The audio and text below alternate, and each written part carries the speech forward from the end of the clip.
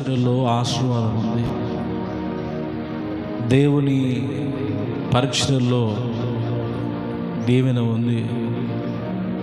దేవుని పరిచర్యలో మేము బ్రతుకులు మార్చుకోవడానికి, మా బ్రతుకులు దీవెనకరంగా ఆశీర్వకరంగా మార్చుకోవడానికి ఆశీర్వాదం ఉందని నీ దాసుని నిలబెట్టి మీరు మాట్లాడేందుకు స్తోత్రాలు. దానికి సాక్ష్యం మరెవరో కాదు నాయన. ఇదిగో ఇంతవరకు చక్కటి వాక్యాన్ని విత్తిన నీ దాసుడే ఎంత పరిచర్య చేశాడో, ఎంత నీ భాషని నలిగిపోయాడో, ఎంతగా మీరు వాడుకున్నారో మా కళ్ళతో మేము చూస్తూ నేర్చుకుంటూ ఉన్నాం నాయన. నీ పాద సేవకుని ధూళి మా మీద పడితే మేము ఆశ్రయించబడతామని, ఇదిగో మా బ్రతుకులు దీవెనకరంగా మార్చబడతాయని మీ దాసుని కనిపెట్టి, మీ దాసుని అడుగుల్లో అడుగులు వేస్తూ ఆ అనుభవాలు, ఇదిగో నీ దాసుని పాల్చింత కన్నీళ్లు కార్చి చేసిన ప్రార్థనలు,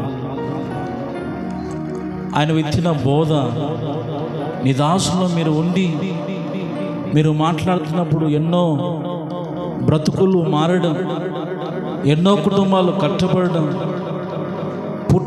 గుడ్డివారు చూపు పొందుకోవడం, ఎందరో మరణ పడకలో హాస్పిటల్లో ఈ మనిషి బ్రతకడు అంటే ఆ మనిషిని తీసుకువస్తే నీ దాసుడు మోకరించి ఆ మనిషి మీద చేతులు పెట్టి ప్రార్థన చేస్తే ఎందరో బ్రతికారయ్యా. గడ్డలు కరిగిపోయాయి, మూయబడిన గర్భాలు తెరవబడ్డాయి. మా కళ్ళతో మేము పరిచయలు చూస్తూ వచ్చాం.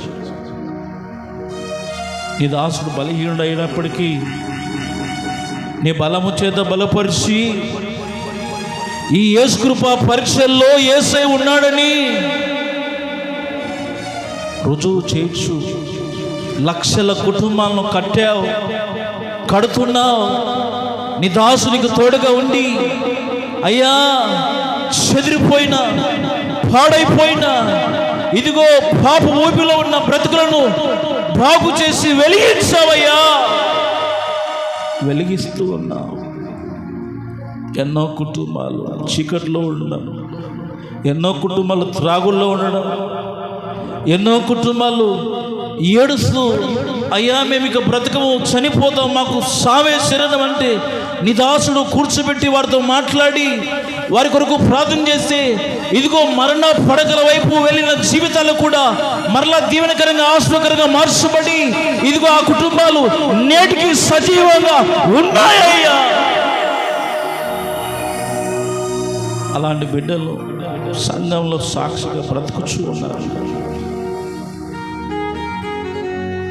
నీ పరీక్షల్లో ఆశీర్వాదం ఉంది. తెలియక ఎందరో నీకు దూరం అయిపోతూ ఉంటారు, నీ పరిచర్యకు దూరం అయిపోతూ ఉంటారు. పరిచర్యలో ఆశీర్వాదము, పరిచర్యలో దీవెన, దేవుని సన్నిధిలో, దేవుని పరిచర్యలో ఇదిగో ప్రతి మనుషుని యొక్క జీవితం ఆశీర్వకరంగా దీవెనకరంగా మార్చబడుతుందని, దేవుని సన్నిధికి పరిచర్యకు దూరం కాకూడదని మాట్లాడుతూ వచ్చారు. నైనా ఈ మందిర వాచ్ కోసం ఆరాధనలో మీరు మాట్లాడిన ప్రతి మాట కొరకు స్తోత్రాలు. గత కాలం అంతయు సంఘాన్ని, సంఘ బిడ్డలను, కుటుంబాలను క్షేమంగా మీరు నడిపిస్తూ ఆశ్రయించి వారి పిల్లలతో, వారి కుటుంబాలతో మీరు తోడుగా ఉండి వారి చేతి పనులను, వారి పంటలను, వారి పశువుల మందును ఆశ్రయించి దీవించుతూ వచ్చారు.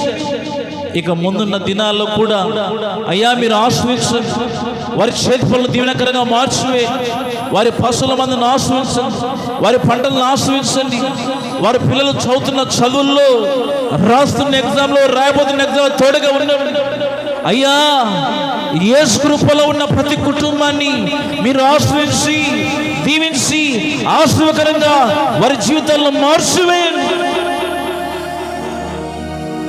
ఇక్కడ మోకరించి ప్రార్థన చేసిన వీరిలో ఎవరైనా కుటుంబ సమస్యలు వచ్చి ఉంటే, బాధల్లో వచ్చి ఉంటే, అప్పుల్లో వచ్చి ఉంటే, ఇదిగో రోగంతో వచ్చి ఉంటే, కరుణామయుడా వారిని కరుణించి బాగు చేసి మూయబడిన గర్భంలో తెరవండి. నిరుద్యోగులు ఉద్యోగులుగా మార్చండి. వీరు చేయించిన వ్యాపారము, వీరు చేయించిన చేర్పులను, వీరి పంటలను, వీరి పశువుల మందను ఆశ్రయించండి నాయన. ఆశ్రయకరంగా మార్చివేయండి.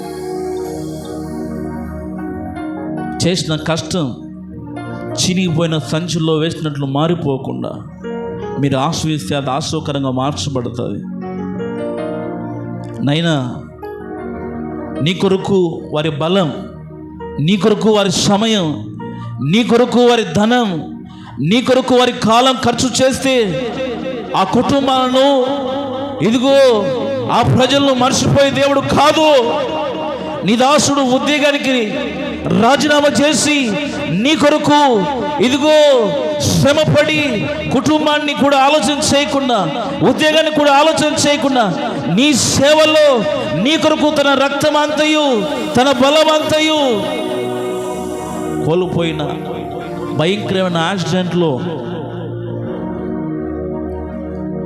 తన శరీరం అంతా గాయపడిన నా దేవుని సేవ చేయాలని నీ కొరకు తను పడిన ప్రయాస, రాత్రి పగలు ఇదిగో సమయము అసమయం అందు కూడా నా దేవుని పని జరగాలి, నా దేవుని సేవ జరగాలని పడిన తపన మేము చూసామయ్యా మా కళ్ళతో.